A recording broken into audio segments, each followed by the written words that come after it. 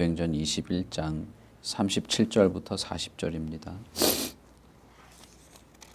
사도행전 21장 37절부터 40절 제가 봉독하겠습니다.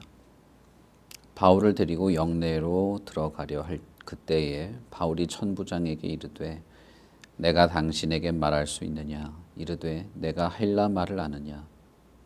그러면 내가 이전에 소요를 일으켜 자객 4,000명을 거느리고 광야로 가던 애굽인이 아니냐? 바울이 이르되 나는 유대인이라 소읍이 아닌 길리기아의 다소시의 시민이니 청컨대 백성에게 말하기를 허락하라 하니 천부장이 허락하거늘 바울이 충대 위에 서서 백성에게 손짓하여 매우 조용히 한 후에 히브리 말로 말하니라. 아멘. 바울이 로마 군인들의 영내로 이송되기 전에 백부장에게 부탁해서 자신을 죽이려고 따라오던 유대인들에게 복음을 전하려고 청하는 장면이 곧바로 이어지게 됩니다. 압달락에서는 우리가 이 사건에서 보여지는 아이러니한 장면을 생각해 봤습니다. 먼저는 주님께서 그렇게 분노하시고 책망하셨음에도 불구하고 유대인들이 바뀌지 않았던 모습들을 보았죠. 예전에는 예수님께서 이 성전을 더럽히는 자들을 내어 쫓으셨지만 이번에는 유대인이 복음을 전하는 복음의 일꾼을 내쫓는 완전히 정반대의 역전된 상황이 나타나게 됩니다. 그리고 또 하나의 아이러니한 장면은 이전에는 바울 자신이 그리스도인들을 잡아서 죽이던 자였지만 지금은 자신이 복음 때문에 죽게 되는 그런 상황에 처해진 것이죠. 그래서 이 압달락은 읽으면 참 묘한 두 가지 상황이 동시에 벌어지는 것을 볼 수 있습니다. 이런 상황 속에서 바울은 어떤 마음과 어떤 생각이었을까? 혹은 무엇이 그토록 바울로 하여금 복음에 헌신하게 하였을까라는 생각을 해보게 됩니다. 백부장이 이제 너무나 사람들이 이렇게 폭도로 변했기 때문에 바울을 데리고 자신들의 군인들이 머무는 영내로 이끌어 들어가려고 할 때 바울은 로마 시민이었기 때문에 유창한 헬라어로 천부장에게 말합니다. 내가 잠깐만 이 사람들에게 할 말이 있다.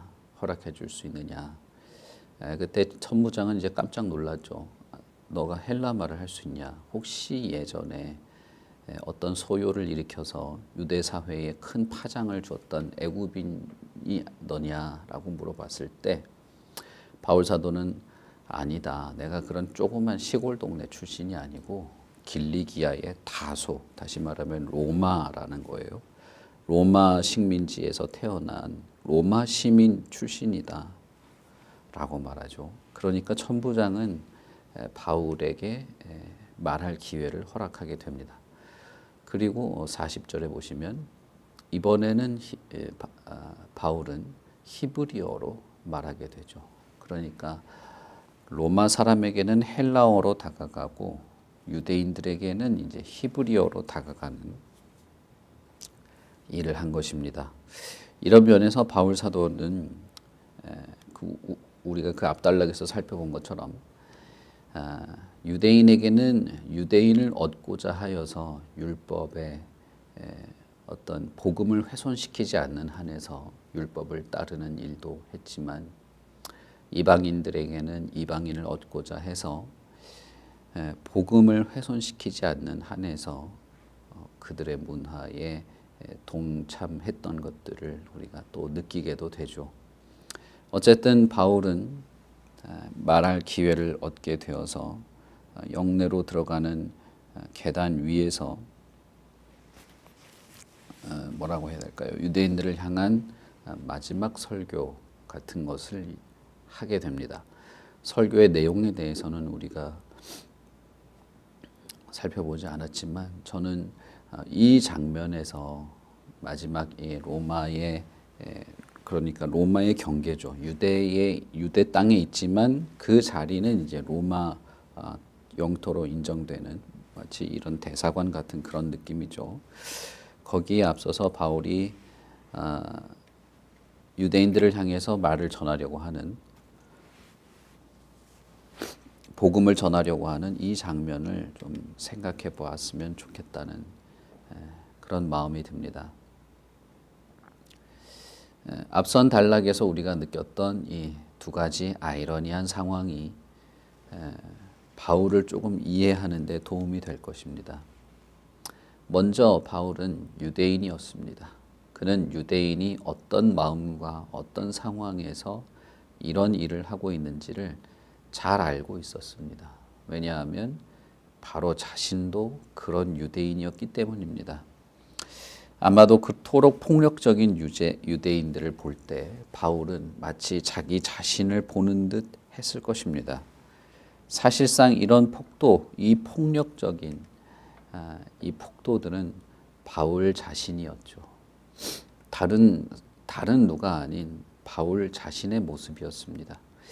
바울은 자기 자신을 히브리인 중에 히브리인이요, 율법으로는 바리새파요. 율법을 지키는 면에 있어서는 그 누구보다도 열심히 각별한 자로서 흠이 없는 자였다라고 자기 자신을 설명한 적이 있습니다. 그러니까 자신의 눈앞에 있는 이 폭도들, 자기를 만신창이가 될 정도로 폭력을 가해서 사람을 엉망으로 만들어 놓았던 이 사람들은 사실상 원수가 아니고 바로 자기 자신이었던 것입니다. 타인을 보면서 자기 자신을 보게 되는 것은 정말 묘한 느낌일 겁니다. 그러나 가끔 우리는 그럴 때가 있습니다. 다른 사람을 보면서 마치 내 자신을 보는 것과 같은. 바울은 자신이 유대인으로서 그리고 히브리인 중에 히브리인으로 율법에 대해서는 매우 열심히 각별하고 흠이 없는 자로 자부심을 느끼고 그리스도인들을 찾아다니면서 죽여나가던 자로서 지금 그 현장에서 자신을 향하여 주먹을 휘두르고 폭력을 행사한 유대인은 다른 누가 아닌 바로 나 자신이었다는 것입니다. 바울은 참으로 자기 자신의 몸처럼 민족을 사랑한 사람이었습니다. 우리는 바울의 편지를 통해서 그것을 종종 볼 수 있죠. 그리고 또한 그런 마음으로 주님도 사랑했던 사람입니다. 우리는 예수님께서 너가 하나님을 사랑하되 마음과 목숨과 힘을 다해서 사랑하고 이웃도 사랑해야 되는데 여기서 말하는 이웃은 그 단어 자체는 형제라고 되어 있습니다. 그러니까 유대 사회에서는 율법을 가지고 있는 형제들 혹은 이스라엘 민족을 의미하는 것이 되겠죠. 신약 시대에는 이 이웃은 예수 그리스도 안에서 참된 믿음을 가진 모든 성도를 말하는 것입니다. 하나님을 그토록 사랑하는 것처럼 형제를 사랑해라. 이것이 율법이다라고 말씀하신 적이 있습니다. 바울 자신의 태도도 거의 비슷한 것입니다. 그는 주님께서 이 성전에서 어떤 일을 했는지 기억하고 있습니다. 주님께서 이 성전을 얼마나 사랑하셨던가. 하나님의 사랑의 표현이 사실은 성전이라고 할 수 있죠. 에덴 동산에서 쫓겨난 인간을 향하여서 하나님이 무한한 사랑의 태도를 가지고 다가오시는데 그것을 상징하는 것이 성전입니다. 하나님을 다시 만날 수 있게 되었기 때문에 그런 것이죠. 그러니 하나님의 사랑의 어떤 상징과도 같은 성전, 그리고 그 성전을 더럽히는 것에 분노했던 예수님을 충분히 알고 있던 바울, 그리고 그 주님의 마음을 자신도 가지고 있음과 동시에 그 성전에서 하나님의 종을 내어 쫓는 이 유대인들을 너무나 잘 이해하고 그들도 사랑하고 있던 바울의 모습이 보이는 것이죠. 어떤 면에서 바울은 주님을 사랑할 뿐 아니라 유대인도 사랑하고 있었던 것입니다. 그것이 주님을 향한 어떤 뭐라고 할까요? 주님을 따르는 방법인 것이죠. 성경에서 보면 많은 사도들 혹은 제자들이 주님을 따르는 모습들이 나오는데 일맥상통하는 장면들이 있습니다. 주님을 따르고 예수님을 쫓는 방식은 결국은 예수님의 말씀을 사랑하는 것입니다. 예수님의 가르침을 사랑하는 것인데 그 사랑하는 것은 결국 이웃을 사랑하는 것으로 나타나는 것 외에 다른 방향이 사실은 없습니다. 바울 사도는 바로 그 현장, 성전에서 주님의 그 열심과 유대인의 왜곡된 열심의 충돌 사이에서 양쪽을 모두 다 이해하고 있었던 것입니다.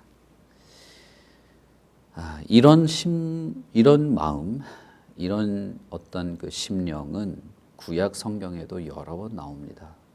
선지자들은 하나님도 잘 이해했고 이스라엘 백성도 잘 이해했습니다. 그래서 두 사이에 껴서 갈등하며 괴로워하던 사람들이 선지자들이었죠. 그래서 하나님이 누가 이 갈라진 틈을 막아서겠는가라고 할 때 선지자가 내가 그 갈라진 틈을 막아서겠습니다. 하나님 나를 보내십시오라고 말하는 것이죠. 하나님의 진노와 하나님의 사랑을 느끼면서도 이스라엘 백성의 그 우상 숭배에 빠진 이스라엘 백성을 안타까워하는 그 중간에 서서 하나님 편에는 이스라엘 백성을 용서해 달라고 간구하고 이스라엘 백성들 편에서는 하나님의 진노를 선포하는 것이 그것이 선지자였죠. 바울 사도는 그런 모습을 떠올리게 합니다. 하나님의 사랑의 상징인 성전에서 예수 그리스도에 대한 마음과 유대인들에 대한 마음이 같이 있는 것이죠. 양쪽을 다 자신은 너무나 잘 이해하고 특히 자신을 엉망으로 때려 놓았던 이 유대인들은 다른 누가 아닌 바로 자기 자신의 모습인 것입니다. 바울 사도는 자기 자신을 모든 죄인들의 우두머리와 같은 자이다라고 회상한 적도 있습니다. 디도서를 한번 생각해 봅시다. 여러분 디도서가 떠올려지는지 모르겠습니다. 바울은 크레타 섬에 있는 유대인들에게 편지를 쓰면서 그 크레타 섬에 있는 그 원주민들이 얼마나 짐승같이 형편없는 지독한 사람들이냐라고 평하면서도 디도에게는 우리도 사실 그들과 같은 사람이었던 것을 기억해라. 우리도 다를 바 없었던 사람들이었다라고 권면하죠. 바울은 유대인들을 보면서 자신의 모습 그리고 죄인의 우두머리인 자신을 보았을 것입니다. 그러나 그것은 그들을 향해서 안타까움과 사랑의 태도로 다가가게 하는 것이죠. 그러니 사실은 두말할 것이 없습니다. 이 사람들에게 어떤 마음과 태도를 가져야 할 것인가. 거기엔 다른 선택권이 없는 것이죠. 마치 자기 자신에게 무언가를 하듯이 자기 자신이 다메섹으로 내려가는 도중에 주님을 만났던 것처럼 이들에게도 가장 좋은 것, 가장 사랑할 수 있는 방식으로 대하는 것입니다.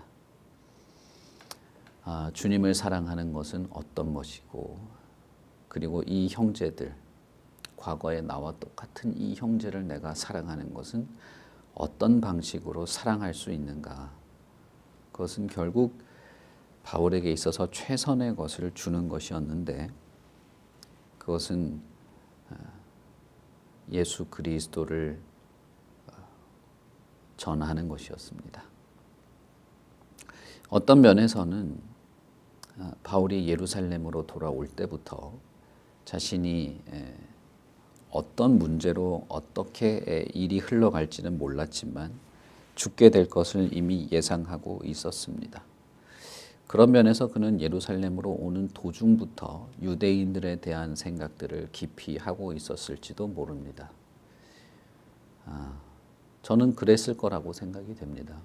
그저 흘러가는 대로 도착한 것이 아니고 자신이 예루살렘에서 어떤 일을 당하게 될지 모르지만 분명히 핍박을 받게 될 터인데 그런 유대인들에 대한 생각들을 마음에 품으며 왔을 것입니다. 그리고 정작 성전에서 자신을 때리던 유대인들을 생각할 때 그리고 이제 로마의 로마 군대에 있는 영내로 들어가게 될 때 어떤 면에서 그는 자신의 마지막이 될 수도 있는 상황에서 뒤를 돌아본 것이죠.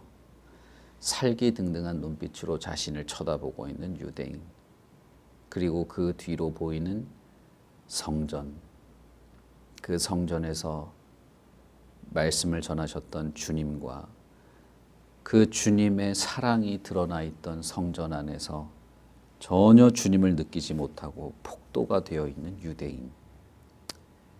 너무나 뭐랄까요, 불쌍한 장면이죠, 사실은. 그 장면에서 바울의 마음은 나도 저들이었다. 나도 저 사람들과 같은 사람이다. 그리고 나에게 생명을 허락하신 주님께서 다가오신 것처럼 주님도 저들에게 다가가기를 바라는 마음으로 복음을 전하는 것이죠. 어떤 면에서는 바울이 대단한 사람처럼 여겨지기도 합니다. 어떤 면에서는 이 사람이 가지고 있었던 어떤 사명에 대한 생각이라든지 예수 그리스도나 복음에 대한 깊이가 어떤 것이었을까 생각이 궁금해지기도 합니다. 그러나 우리는 여기서 바울 자신의 깊이보다는 이렇게 복음을 전하게 되었던 이 상황까지 오는 과정들을 좀 생각해 볼 필요가 있습니다. 그리고 바울이 어떤 사람이었는가. 결국 교회를 핍박하고 그리스도인들을 죽이는 것을 그토록 열성을 내던 바울이 바로 똑같은 상황에 처해지게 되었을 때 성령께서는 이 바울의 인생을 이렇게 이끌어 오신 것입니다. 어떤 면에서는 출발점으로 되돌아온 것 같은 느낌이 들죠. 바울이라고 하는 사람이 등장할 때의 상황은 스데반을 이끌어내서 길거리에서 돌로 때려 죽일 때였습니다. 마치 이것을 우리가 한 편의 드라마로 본다면 드라마의 첫 장면과 마지막 장면이 거의 똑같은 상황으로 막 이렇게 시작되고 끝나는 듯한 느낌을 받게 됩니다. 성령은 바울을 다시 그 자리로 이끌어 온 것입니다.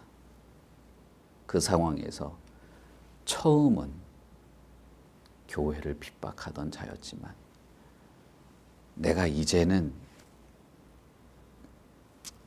주님을 사랑하는 자로 인생을 마치고 싶은 것이죠.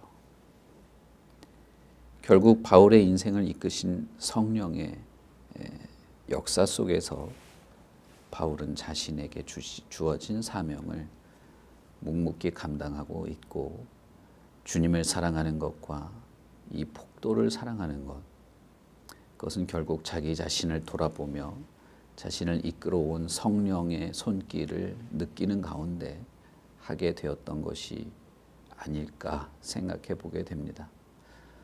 우리의 인생도 성령의 손에 붙잡혀 있고 우리가 달려가는 모든 길에 지나온 시간들도 우리를 어떤 사람으로 빚어가게 될 것입니다.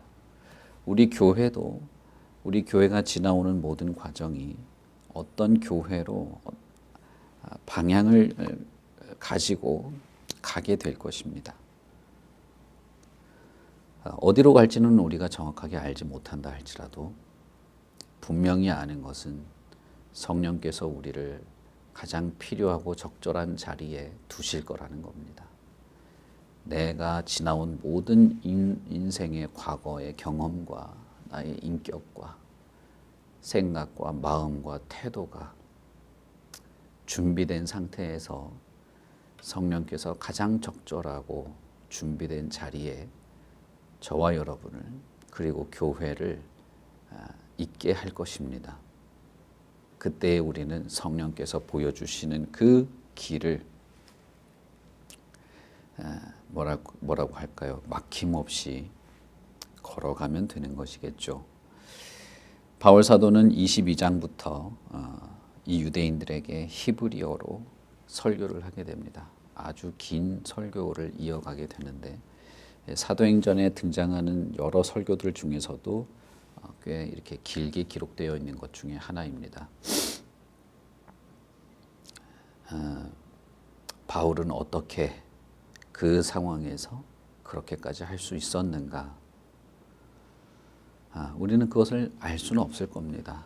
그러나 분명히 알 수 있는 것은 이것이죠. 성령께서 바울을 여기까지 이끌어왔다는 것입니다. 그의 출발과 마지막, 유대에서의 그의 모든 삶은 마치 맞닿아 있는 것과 같습니다. 그리고 그 현장에서 바울은 자기를 생각했을 것이고, 그리고 유대인들을 통해서 자신을 발견했을 것이고, 성전 안에서 주님의 어떤 그 마음도 동시에 느꼈을 겁니다. 주님께서, 성령께서 복음의 일꾼으로 세우셔서 쓰시는 사람의 이 마음과 그 생각을 그렇게 쓰셨다고 생각해야 되겠죠. 여러분, 우리도 마찬가지입니다. 그저 눈앞에 닥친 현실 속에서 우리가 뭘 해야 하는지 급급해하며 살아가는 것처럼 보이는 인생이지만, 그러나 우리는 어쨌든 성령의 인도하심을 따라서 어떤 방향으로 나아가고 있습니다. 그리고 그것은 하나님께서 기뻐하시고 성령께서 기대하시는 바로 그 방향일 거라고 저는 믿고 확신합니다. 우리가 어디에 있던, 어떤 자리에 서던, 어떤 위치에 있건 우리가 바로 이런 사람이라는 것, 주님께서 우리를 부르셨고 성령께서 우리를 도우시고 그리스도의 몸된 교회이고, 우리의 모든 삶의 여정과 경험과 은혜의 그 손길 안에서 지금 현재 주님의 뜻을 실천하기를 바라는 바로 그 사람으로 우리가 지어져 간다는 것입니다. 그러니 항상 이 마음을 품으십시오. 주님을 향한 마음과 우리의 현실과 삶에 대한 이 마음, 하나님을 사랑할 뿐 아니라 이웃을 사랑하고 주님의 마음도 이해할 뿐 아니라 우리의 마음, 인간의 마음, 그런 마음도 우리가 이해하는 자로서 마치 선지자가 하나님과 이스라엘 백성 중간에 끼인 사람처럼 그 마음을 가지고 주님의 뜻을 실천했던 그런 것이죠. 저는 교회야말로 그렇다고 믿습니다. 교회의 모든 성도도, 저와 여러분도 그럴 것입니다. 우리 같이 기도하겠습니다. 하나님 아버지, 은혜를 참 감사합니다. 우리가 성경에 있는 많은 인물들, 하나님을 진심으로 대했던 사람들, 아무것도 가진 것이 없었지만 예수 그리스도 때문에 무엇이라도 감당하고자 했던 사람들을 보게 됩니다. 그들이 많은 상황과 형편 속에서 다양한 일을 하지만 그러나 그들에게서 보이는 참으로 일관되는 것은 주님을 사랑한 것처럼 이웃도 사랑하고 성령의 인도하심을 따라서 주신 사명을 감당할 때 단순히 일로만 한 것이 아니라는 것입니다. 엉망이 되어서 몸이 다 상처가 나고 제대로 걷지도 못하는 상황에서 바울은 자신에게 폭력을 휘둘렀던 유대인들을 돌아보게 되었던 것이 어떤 면에서는 성령께서 바울에게 유대에서 맡긴 마지막 사명처럼 보이기도 합니다. 하나님, 우리를 하나님의 백성으로 삼으시고 주의 성령께서 우리를 인도하시고 하나의 거룩한 공동체의 일원으로 부르시는데, 그렇다면 하나님께서 주시는 마음으로 우리가 살게 하시옵소서. 성령께서 우리를 예수 그리스도의 마음을 품은 자로 살게 하실 줄 믿습니다. 또한 믿음의 형제들을 사랑하고 나의 지난 과거와 같은 모습을, 하나님을 알지 못하고 주님을 사랑하지 않던 시절의 내 모습을 보는 것 같은 상황에서 정말 나에게 맡겨주신 사명을 묵묵하게 감당하는 그런 교회가 또한 되기를 바랍니다. 우리가 어디를 향하여 가든지 어떤 자리와 어떤 위치에 있든지 우리가 하나님의 자녀인 것, 예수 그리스도의 제자인 것은 바뀌지 않을 것입니다.